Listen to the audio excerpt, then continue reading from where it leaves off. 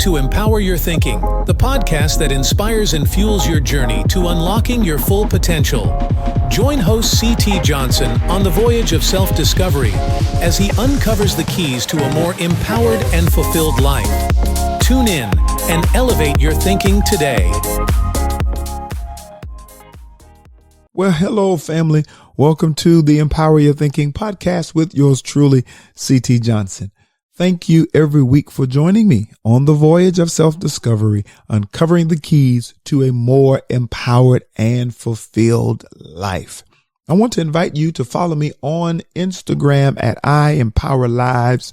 We're getting ready to get our IG page on and popping, and I have been admonishing you all to follow me there on Instagram. And I know some of you may say, well, CT, the Instagram page has been somewhat stagnant. Well, that's because me and the team, we have been planning and preparing, and now we're ready to roll out what we have been planning and what we have been preparing. So come on over if you have not done so as of yet, and follow me on Instagram at I Empower Lives, because during the month of June, we're going to kick off some powerful, engaging things, activities, live streams, and all of that right there that will be exclusive to our Instagram page. So follow me right now while you're listening.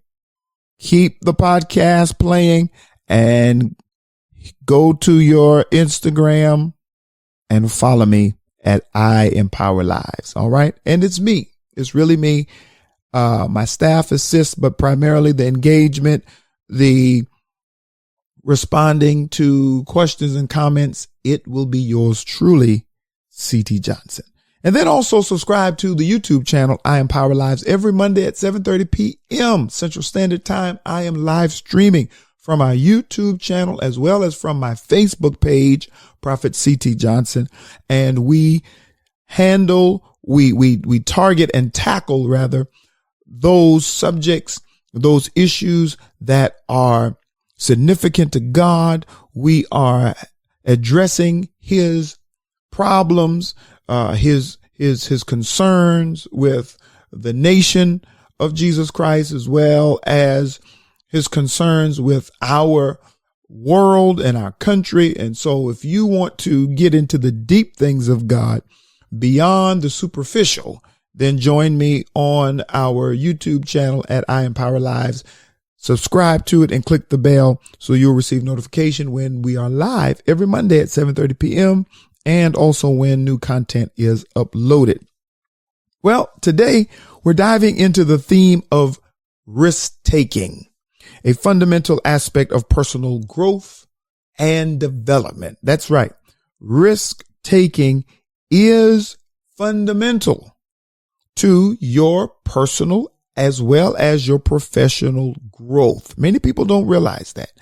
That's a truth that many people have yet to tap into. But today we're going to uncover the rewards, the challenges, and even strategies for embracing risk taking. I don't want you to run from risk. I don't want you to be reluctant and or apprehensive from taking risk, because taking risk, calculated risk, they are beneficial. They open doors of opportunities, advantages, and they bring you into a new world of discovery as it pertains to who you are and what you can accomplish and what you can do, your achievements, your strengths, and all of those wonderful things. And so that's what we're going to cover today. We're going to do it in two parts. Today, we're going to deal with 4 of the 8 aspects and or elements of risk taking. And then next week, we'll get into the remaining 4 and tie a nice bow on it for you.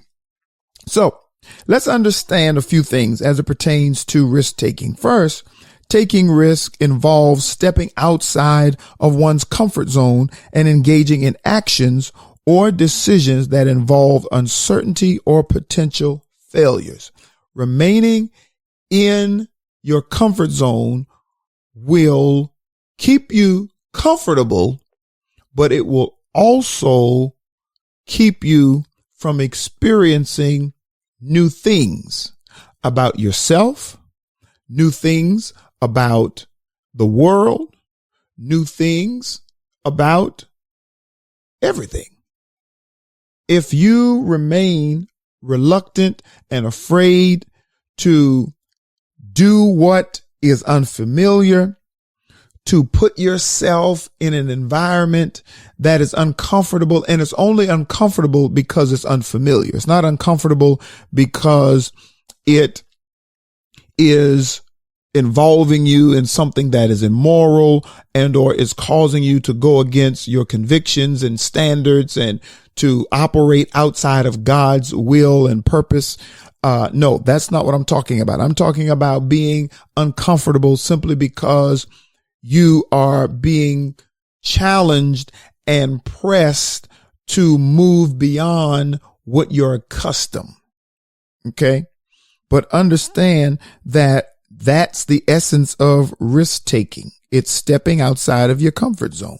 But this is essential, as I aforementioned, for your personal growth.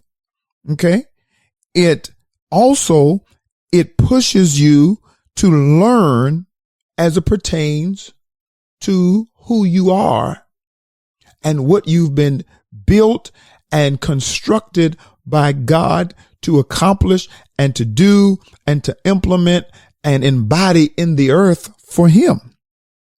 Stepping outside of your comfort zone as it pertains to risk taking, it also helps you to adapt to certain environments. And in the military, we say learning to adapt and overcome, regardless of the situation that you are put in, that you're faced with, because first and foremost, we are fearfully and wonderfully made. We're made in God's image and in God's likeness. You, dear heart, you have what it takes to overcome, to triumph in every situation. Now, you may yet need to cultivate those tools, those strengths and those abilities, and not only cultivate, but sometimes come into the awareness that they reside within you. You have to first discover them and then cultivate them, develop them, enhance them. All right. But understand that you were made to achieve. You were made to win. You were made to conquer. And so these are some of the benefits of risk taking. You grow in the knowledge of who you are. You learn to adapt to your environments and overcome them versus being overcome by them and or subdued by them. And then you discover new capabilities. Understand that without taking risk, you stagnate your growth. You stagnate your development, whether that's spiritually, whether that's professionally, whether that's relationally, whether that's economically. That applies to every area and every aspect of our lives. Are you following me? So, cease to avoid risk taking and learn to embrace it. Learn to embrace it. Now, I want to help you to fortify yourself, fortify your mind, fortify your soul, and fortify your spirit so that you can embrace risk. Okay. Now, the first thing that we have to do to embrace risk taking is we have to overcome the emotional barrier of fear. Fear is the number one barrier that prohibits many people from being risk takers. Many people are prohibited from stepping out of the boat, going to the account in the Gospels as it pertains to Peter being summoned by Christ to step out of the boat. That was a risk that Peter took. And many times we go to the failure, Peter sinking, but we fail to highlight and we fail to address the success that Peter gained from taking that risk. And that success is he did something that no one other than Jesus has ever done. And that's walk on water. Peter defied the laws of gravity. Oh, come on. Come on. Are y'all seeing this? Peter defied the laws of gravity. Even if it was for a few seconds, for a minute or two, he still defied the laws of gravity and walked on what you are to be subdued by. He conquered the elements, and only he and Jesus were deemed water walkers. What opportunities are you forfeiting because you are afraid to take risk? So you have to overcome the emotional barrier of fear. Fear of failure is a common emotional barrier. All of us deal with it. All of us have to confront it. All of us have to address it. And this emotional barrier of fear prevents us from taking risk. And it stems from the perceived consequences of failure. Did you catch that? We are tripping up over this emotional barrier of fear because we have preconceived consequences of the failure, such as embarrassment, such as loss of status, such as financial repercussions, whether it is losing relationships, losing connections, whatever it is, it's your preconceived consequence of how the failure will play out that keeps you stagnant, that keeps you complacent, that keeps you immobilized, that keeps you confined to the boat. But again, going back to Peter's experience, Peter, he sank, but before he sank, he walked on water. And he achieved something that the other disciples never did. Peter was able to write on his resume that which none of the other disciples could document on theirs. Peter was able to document on his resume, I walked on water with the creator of all creation. But the others could not. All they could say as it pertains to that situation is we watched him. And I don't want to have that testimony. I don't know about you, but I don't want to have that testimony of the other disciples that I witnessed someone else achieving success because they walked on water, because they took a risk that I was too intimidated to take. But understand that uncertainty about outcomes also plays a role as it pertains to our hesitation to take risk. And it's because we can't predict the results of the risk with confidence. Confidence knowing that it's going to happen the way we want, that it's going to happen the way we purpose, that it's going to happen the way we prayed. It may not. But instead of focusing solely on it not going the way you want, focus on, yes, it panning out the way you want, but then overall focus on how you're going to benefit, catch this, from whatever the results are. You see that? See, you have to change how you think. Change how you perceive the quote unquote failure. And that leads me to my next point in regards to developing strategies for managing fear. And the number one strategy to managing fear, write this down, is you have to reframe the failure. Reframe. The number one strategy for managing fear is reframing failure.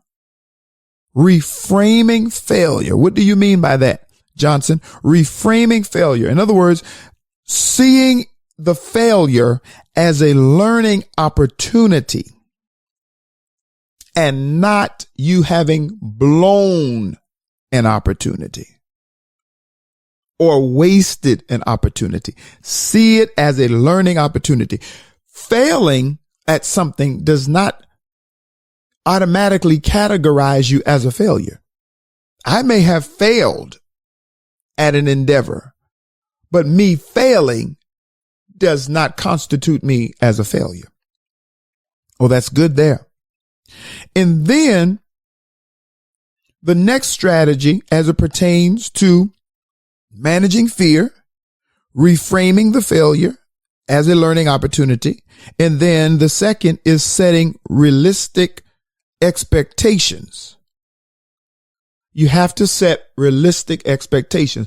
As quiet as it's kept, many people fail because they established an expectation that was unrealistic. You know, you didn't have the ingenuity, the creativity, the knowledge, the wisdom. You didn't have the bare necessities. You didn't have the fundamentals, the fundamental tools needed in order to pull that off. But you need to set realistic expectations, number two. And then the third strategy, let's do a quick recap in regards to this particular area: building strategies or developing strategies for managing fear, reframing the failure, then setting realistic expectations. And then thirdly, visualizing success. You have to see yourself succeeding before you see yourself succeeding. In other words, you have to develop a picture in your mind's eye of accomplishing, overcoming, doing before it actually materializes. And then let's talk about this next element regarding embracing fear and uncertainty, and that is building resilience. Building resilience. You have to fortify yourself mentally, emotionally, spiritually. So you have to build resilience, and that involves developing a mindset that embraces challenges, not running from them, not hiding from them, not ducking your head in the proverbial sand, but building a mindset, building a mentality, building a thought life that embraces challenges, practicing self-care to maintain your equilibrium emotionally. All right. And then seek support from mentors or peers. And that really is the downfall to many as it pertains to risk taking, more so in entrepreneurial endeavors, business, because one of the reasons why many people fail at business is because they did not seek support. They did not seek wisdom. They did not seek counsel from mentors and or peers that were successful in the area of business that they desired to enter into. Before you start a business, you need to find you a successful mentor or peer as it pertains to that profession and shadow them, intern for them for at least 3 to 5 years and learn, catch this, from their mistakes, learn from their errors. You understand?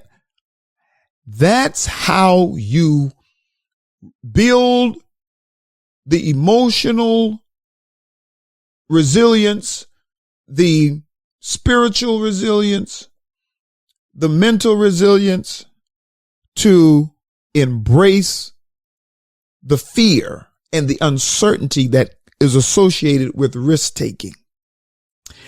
Now, I want to discuss the two types of risk taking. That's calculated and blind. There is calculated risk taking and blind risk taking. So let's talk about that for a moment, because many people, unfortunately, are taking risk blindly and not calculating the risk. So what's the difference, Johnson? Glad you asked. Calculated risk involves evaluating potential outcomes. I just used the cuss word. Evaluating. To evaluate something takes intentionality. It takes effort. It takes you doing some homework. To evaluate something means that you do your research. All right. You look beyond the surface of the thing and you are examining the whole and not just examining from a superficial standpoint and or perspective. Calculated risk involve evaluating potential outcomes. What is the potential outcome? What is the possible result or results of me taking this risk? Also, calculated risk involves considering probabilities and making informed decisions. Pull close to your electronic device. Informed decisions, not opinionated decisions. Making informed decisions based on analysis and preparation. Do your homework. Do your research. Don't jump into something after having a dream about it the night before. We need you to flesh out your dream. So those are the significant elements of calculated risk. Now, blind risk, on the other hand, are impulsive actions taken without assessing potential consequences or alternatives. So my question to you, my dear friend, which type of risk taker are you? Which type of risk taker are you? Are you a calculated risk taker or are you a blind risk taker? So we have defined the difference between the two. Now, let's talk about the importance of assessing risk and rewards before making decisions. All of this is under the calculated arm of risk taking.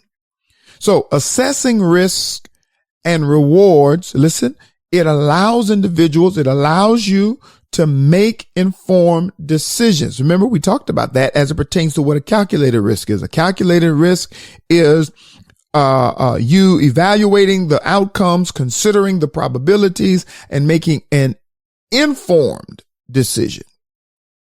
Okay. So when we assess our risk, that's what we're doing. We are giving room, or rather we are allocating time as it pertains to the risk. We're allocating time to make an informed decision that will what? That will maximize potential benefits while minimizing potential losses. See, this is the blessing in calculated risk. You won't know all that there is to know as it pertains to the outcome, but you will have a good idea of how things will probably pan out because you've done your homework. And again, when you assess the risk by making an informed decision, you maximize the potential rewards and or the potential benefits, while at the same time you minimize the potential losses. Okay. So, assessing risk, it involves weighing factors such as impact on goals, resources required to get it done, and potential outcomes to make strategic choices. Now, the last point that I want to hit today, and we'll pick up next week and we'll get to the remaining 4 elements of risk taking. I want to close as it pertains to the benefits of taking risk. So understand that taking risks, we've already discussed that taking risk, it leads to personal growth by challenging individuals to develop new skills. And so these are the benefits. Okay. So even though you're scared, your knees are knocking, you're shaking in your boots because you're stepping out of the boat, Peter, because you are endeavoring to do something that is uncomfortable because it's unfamiliar. However, I need you to focus on the results. Focus on the benefits of you doing something that you haven't done before. Because remember, the definition of insanity is doing the same thing over and over and or doing what you've always done, expecting a different outcome. Many of you want different outcomes. You want a different result, but you have to do something different. And doing something different, oftentimes it calls for you to step out of that boat, to go beyond the barriers and or the restrictions and the confinements that you've set for yourself, not because you lack the ability, but because you lack the confidence. And you don't lack the confidence because you lack the ability. You lack the confidence because you have convinced yourself that you can only do what you have been doing, and you can only achieve at what you have been successful at, or you can only succeed at what you've been successful at, and you can only achieve what you have been achieving. But there is more success to gain. There is more to achieve. There's more to accomplish. There's more to do than what you have done. I hope I'm helping you. See? But you have to be willing to take risk, because taking risk, it broadens your perspectives and you learn to overcome your limitations. Other benefits of risk taking, it boosts confidence as you achieve successes through perseverance and resilience. Once you know what you can do, then if you're smart, you're asking yourself, well, what else can I do? If I'm good at this, what else am I good at? Additionally, the benefits of risk taking, it opens doors to new opportunities, new advantages that may not have been accessible otherwise. If you don't take risk, you don't know what you are shutting yourself out of accomplishing, learning, or being. Can we go ahead and say that? You don't know what you are prohibiting yourself from evolving into. You don't know the next dimensions of Christ's development and maturation that you are shutting the doors to because you are intimidated, afraid, and scared to take a risk, a calculated risk. I'm not talking about blind risk. I'm not talking about doing something ignorantly and or foolish. We're talking about counting up the cost. Okay. Now, Next week, we'll get into the other 4 elements of risk taking. But I want you to understand that you are fearfully and wonderfully made. And made for what? We're not made. God didn't make us to be idle. He didn't create us to be idle. He created us to be as he is in this world. What can you do? What can you be? What can you accomplish? Catch this, for Jesus. If you step out of the boat, let's take the focus off of ourselves for just a moment, And let's not focus on what you can accomplish economically and financially for the purpose of advancing your endeavors and your campaigns and your causes and your business and your ministry and your family. Put that on pause. What could you accomplish? What could you do for Jesus Christ, Christian? What could you do for the Lord if you came out of that boat and took risk? What are you impeding as it pertains to the Lord's will, to the Lord's plan, to the Lord's purpose, because he can't get you to do more than what you've already done? Think about that. Think on these things. It's been a joy, as it always is, to be with you right here on the Empower Your Thinking podcast. I want you to make sure that you have subscribed to the podcast. Have you subscribed? If not, why not? I need you right now to go to wherever you listen to the podcast and subscribe. All right. And rate the podcast. Would y'all please do me that favor? I want to see our ratings increase. If the podcast is blessing you, if you love it, if you like it, even if you don't, I want to hear, what are your suggestions for improvement? Now, don't come criticizing if you don't have a solution. But if you have a solution, if you have ideas of the subject matters that you want me to address right here on the podcast, then do that. But I need for you to subscribe wherever you listen to the podcast. I need for you to rate the podcast and then drop a note in regards to what you think about it. And if you have observations, questions, you have ideas, email me at info at ctjohnson.org. All right. Or you can DM me, as it were, on Instagram at I Empower Lives, and I will respond. And I would love to hear your ideas and your thoughts. Okay. So do that for me and share the podcast.